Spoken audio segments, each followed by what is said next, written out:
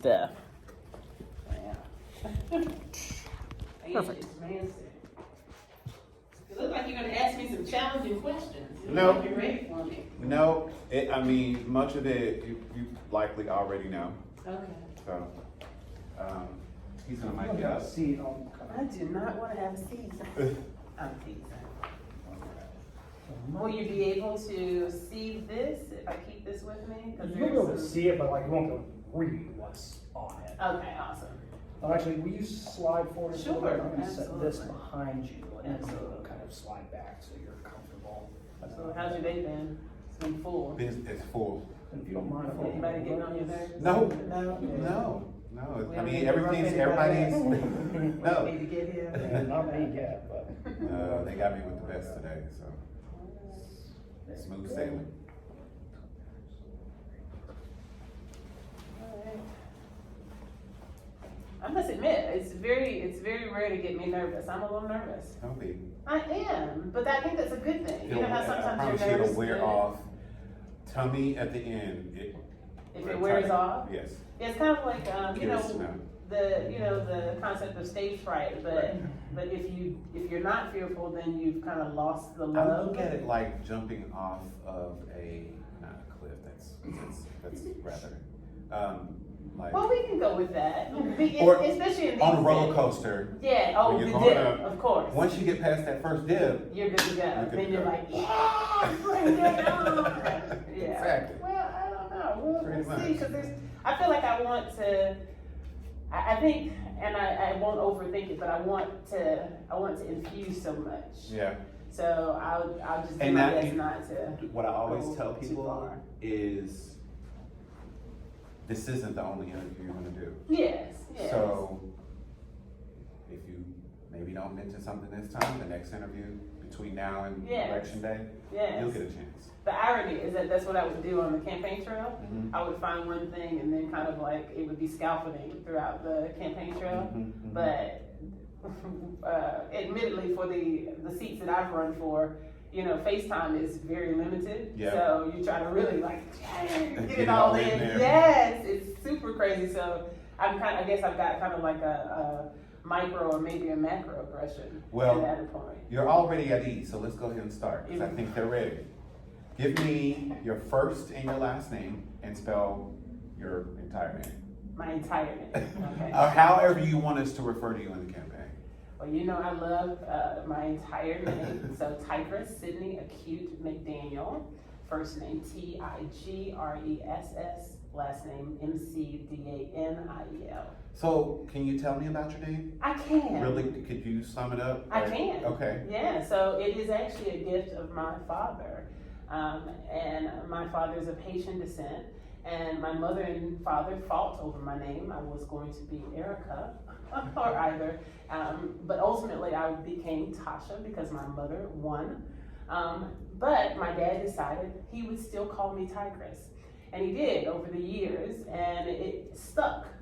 And when he passed away, my mother actually went back to her maiden name, and I felt kind of disconnected. So in that course of going through a legal name change, I said, hey, Mom, you know, no one even refers to me by Tasha anymore. I would much rather, and it makes more sense to just embrace what Dad gave me. And I did, and that was in 2004. I've been Tigress McDaniel ever since. Acute is a pen name. I write poetry, and I've written poetry and published poetry under that pen name. And Sydney is my father's middle name. McDaniel is my mother's maiden name. And the irony, I would say about 2 years after that, at dinner, Mother's Day dinner, my mother just kind of looked over at me randomly, and she said, you know, your dad was right. And I said, what are you talking about? And she said, he was right about your name the whole time. Yeah. So, name aside, give me a quick rundown on who you are and what you do. Okay, so the most obvious, I'm an academic. I think most people definitely associate academia with me and entrepreneurship. The less obvious would be an artist, performing artist, who absolutely loves empowering people and community. And so that dichotomy of this hyper academic and hyper structured world juxtaposed this beautiful, creative, expressive world, I am that walking contradiction. So you've been a teacher? Oh, without question, yes. My undergrad is in education, agricultural education, and environmental science. Sometimes I do the rundown and people kind of glass over and get, and they're like, okay, stop. But yes, swine husbandry and bioremediation. I'm a wetland scientist at the end of the day. But we use terms in sciences like environmental sciences, so we don't lose people in the process. But I student taught at Southwest near Greensboro. Got it. Mm-hmm. So why are you running? For many reasons. So I pondered other seats, and I still have my sights set on potentially other seats. However, I have been asked repeatedly for years to run for Board of Education. And I was very, very concerned about that approach. I believe now that I have finished law school, I believe that I am better suited for that arena. I was before, but with that under my tool belt, I have explained to a lot of my beautiful supporters that the law degree is definitely a game changer. Tell me, in a field of 14 candidates, Yes. with 3 seats, Yes. how are you going to set Tigress apart and Tigress's platform apart? So playfully, the most obvious, my academia. So I am both a scientist and an economist at the doctoral level, having taught both in the public school and also having taught as an assistant in the university. And I believe also with my degree in law, my Juris Doctorate, that sets me apart. Again, that's the most obvious thing that sets me apart. But the less obvious thing that sets me apart is my uncanny, unique way to mediate and get a team of people to work together and see a consistent vision, and my unique way of approaching strategic planning. I also took strategic planning, 18 doctoral hours under Chancellor Emeritus Dr. Ford. A lot of us remember him from North Carolina A&T State University. Very well-respected man. And I learned so much about bringing an academic-based team together under his direction. This current school board, what do you think they have hit the mark on, and what's one thing you think they fell short on? So most recently, I am at least appreciative, just like other parents, that they are starting to implement the maintenance installation, like the chillers at Billingsville and Westerly, and I think also West Meck as well. I've toured those schools. A lot of parents and families and even students, because they do a lot of mentoring and tutoring as well, and I've taught English as a second language. So I'm always, in some type of capacity with the schools.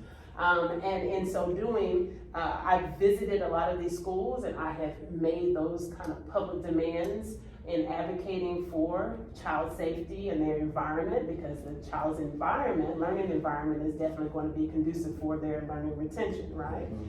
So I am appreciative that they have started on that, but that pales in comparison to what they should have already done. That was years ago, prior to the pandemic, when I visited those schools in the consideration of my son going there for a medical transfer with his 504 disability, and seeing that there were leaks. And with, of course, my science being wetlands and mold and microbiology, I spoke out. You can't have kids in these type of environments. Generally, the small steps that they're making are at least in the right direction. Similarly with the statutory language of like the family and parent engagement policy, those regulatory that language that needs to change, that it becomes inclusive, because we have a lot of issues with inclusivity, right? Yep. So those small steps, baby steps, are good. Is it best? No, and that's another reason why I'm running. So talk with me finally about SB 49. Yeah. So, What do you think about, one, the state legislature overriding the governor's veto, and how do you think it's going to impact school districts? so okay. Now, please clarify, because I definitely have those, I might have those mixed up. For SB 49, It's the Parent Bill of Rights, okay, which in part will compel educators to inform parents if a child wants to change the pronouns. correct. So there's also another one with regards to this date change, the start date, and the numbers are a little similar. Okay, duly noted. So with regards to that, number one, so the biggest issue that is at hand is that state legislators are not listening. And we're talking about active listening. And we have a huge issue with inclusivity, as I've already mentioned before.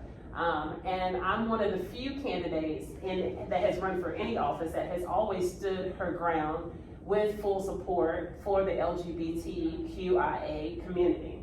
And I've been unwavering in that even before running for office. These are fundamental values that affect the psyche of a child. And when we're talking about the psyche of the child, and again, we're talking about the learning environment, we should very quickly address and incorporate those safe measures for those children so that they don't have to worry about that one thing, because they're already having to worry about the learning space.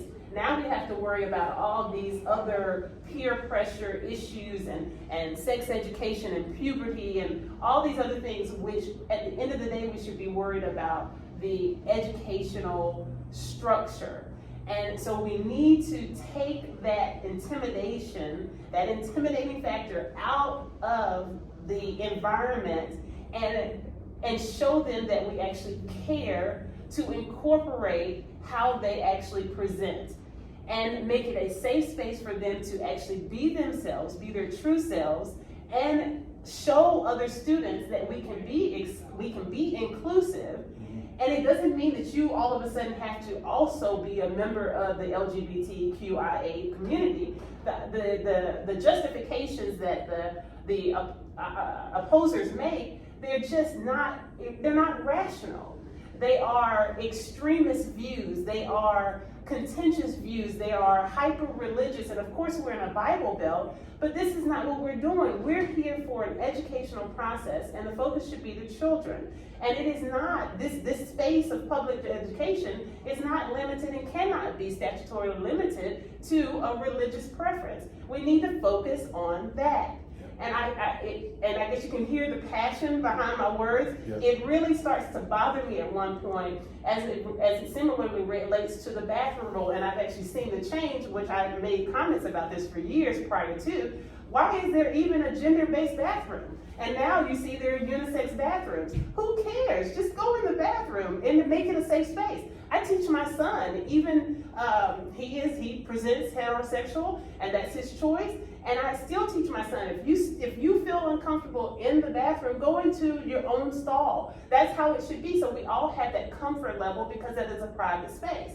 And equally, when we're talking about SB 49, we need to make this public classroom still yet a safe space for that private, understanding and mental health based, because it's inseparably a mental health based aspect of that child's fundamental education process. How can we expect them to focus on learning and excel at learning and be their best selves and eventually become our future leaders if somebody wants to talk about why I don't agree with your pronouns? It's not up for a conversation. We're not having a debate in this classroom. You need to respect the person and respect them in that regard. And then we focus on learning. Yep. Yes. Sorry, it's annoying to me. It's very annoying because it just seems so very simple. But I'm very thankful. I've had very beautiful, free-thinking parents and family members, and I'm just not sure why we're here. We shouldn't be here still having this debate. Yeah. See? Told you it would wear off. That's Well, it. look, you get me talking about something that I'm really passionate about. Yes. That'll do. You got You it. covered everything. That's a wrap. Okay. Okay. Thank you so much for coming Thank you. in. Oh, look, I think I'm stuck to the I chair got you. altogether. Yeah, I try to be mindful of him. I'm homeschooling him now because he has completely freaked out. This is another one of those, and if we had started talking about that, because I was ready for that too, now remember the CMS is they're on basically probation, if you will, Right. for having not been inclusive and mindful and compliant with 504 regulations, and they use Ya verás, ya verás, ya verás, ya verás. Since a little girl, I've had dreams of this world. Blaming it on my mama, Lodi say third album underworld. Left and right brain, I know you checked the frame. And no Tigress is not just my nickname. We only got one.